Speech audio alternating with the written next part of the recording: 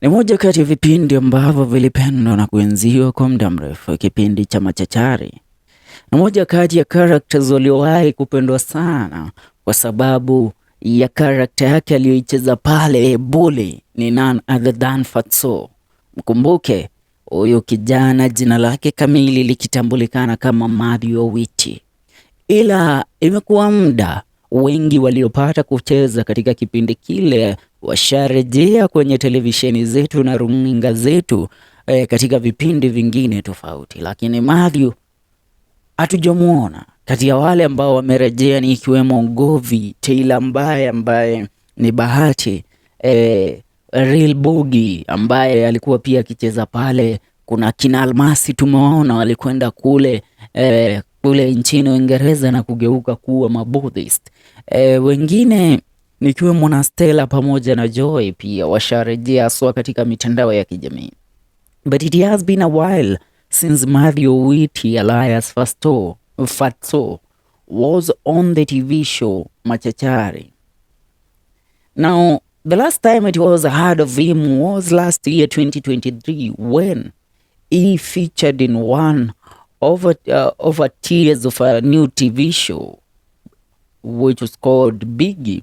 The all-grown star was almost unrecognizable from his days as the adorable, mischievous youngster on Machachari. The TV star is now sporting a fully grown beard and a mustache.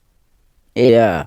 On his social medias, the last time Fatso posted a picture was in February of the year 2022. Now, on Friday of June 2023, it was reported that Machachari child star Joy Ohon made a debut in TV series Salem. The whole grown-up Joy took to her social media accounts to announce the big news that she was back on screens. She reunited with former co-actor and screen brother Real Bogi, who shared with the enthusiasm at meeting her. Now, apart from Joy, Nani came back, played a role in the series that was supposed to air but never aired. Fatso. He played the role of Biggie, and the show was called Biggie.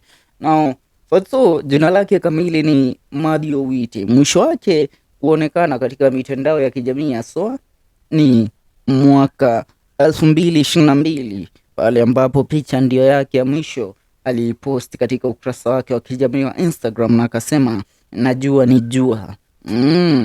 Kijana ameshakuwa mkubwa, lakini tunaarifiwa kwamba what he does right now bado anaendelea na kuandika screen na kuandika scripts, na pia ni voice actor. Kando na hilo pia ni poet. Kumbuka wengi wamejiingisha katika biashara tokea walipokiaga kipindi kile, maana hawa watu ni watu wazima kwa sasa. Yeah, about it is best niwaletee one of the best back in them days, because being a kid and playing what these people used to do, that made them geniuses in their craft. Kwa sasa ni hilo tunalo katika kipindi chetu cha MATHIRE. Make sure una subscribe, tuungane katika video zetu zijazo.